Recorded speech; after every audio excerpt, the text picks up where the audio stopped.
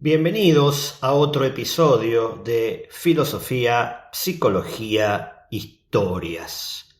Hoy vamos a hablar de la brujería a través de la historia.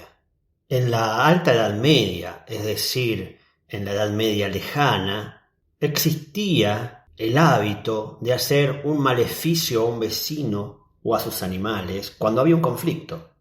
Esto nos llega a través de testimonios y de acusaciones que se hacían en torno a los señores feudales. Hay un cronista, Adhemar de Chabannes, que nos relata el proceso de una mujer que fue acusada de haber embrujado al conde de Angulema. Fue sometida a una prueba, a una ordalía, que consistía en aplicarle un tormento. Y si ese tormento le dejaba heridas, era culpable.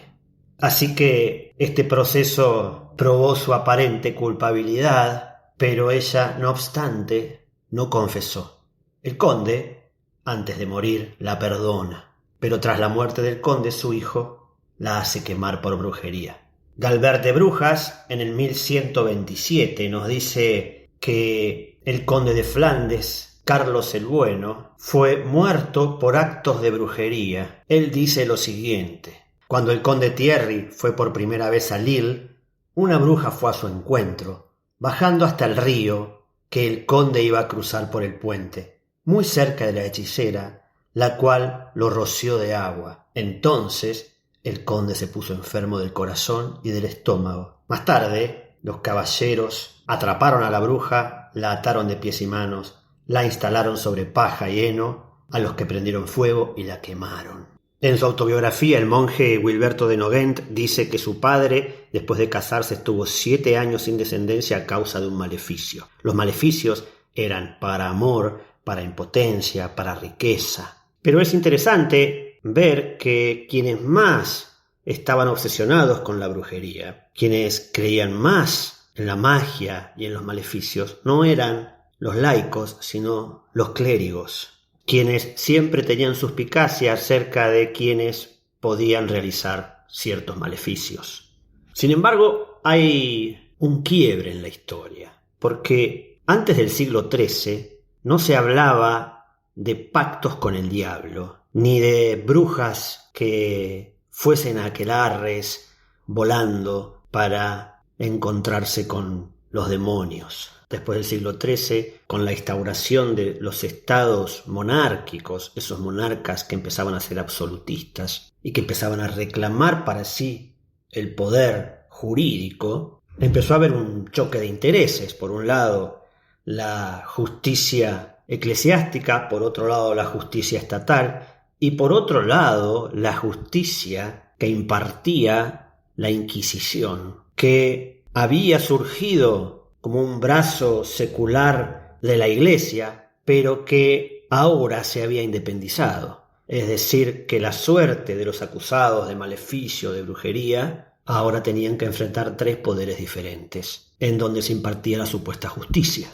Algunas mentes brillantes como Alberto Magno en París, Roger Bacon en Oxford, Ramón Lull, Arnaud de Villanova, fueron perseguidos o condenados por magia negra. Los otrora sabios, astrónomos y alquimistas ahora eran sospechados de brujería.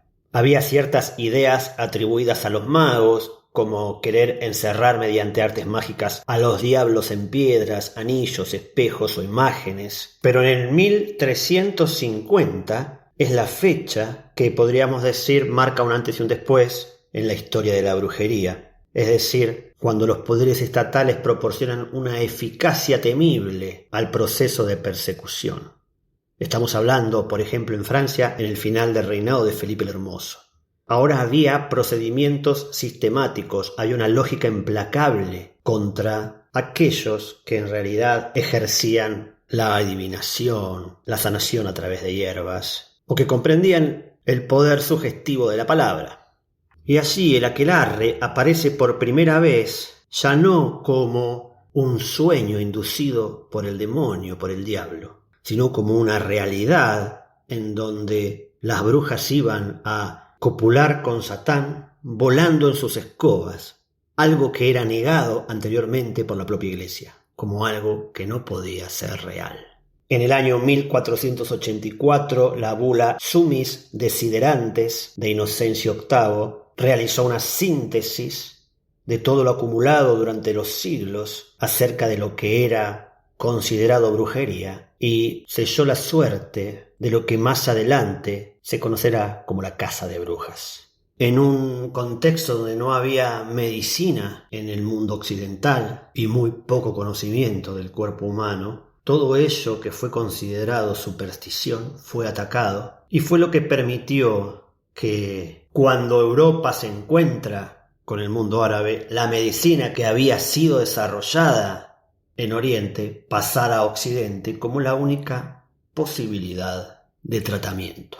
Me despido con una frase de Ursula Le Guin, una escritora maravillosa, que dedica unas palabras a la magia, porque magia también hacen las palabras. A veces una palabra bien dicha opera en el alma del que está frente a nosotros, y a veces una palabra malintencionada también puede anclarse en el ánimo ajeno y hacer mucho daño. Y esta frase dice así: esta magia no es un juego al que nos dedicamos por placer o por halago. Piénsalo, en nuestro arte, cada palabra que pronunciamos, cada acto que ejecutamos es para bien o para mal.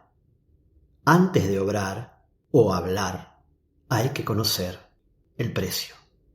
Aprovecho para anunciar a aquellos que estén interesados en profundizar por qué pensamos como pensamos, que pueden adquirir mi libro Hacia la filosofía de la libertad en Amazon o en Mercado Libre. Nos encontramos en el próximo episodio.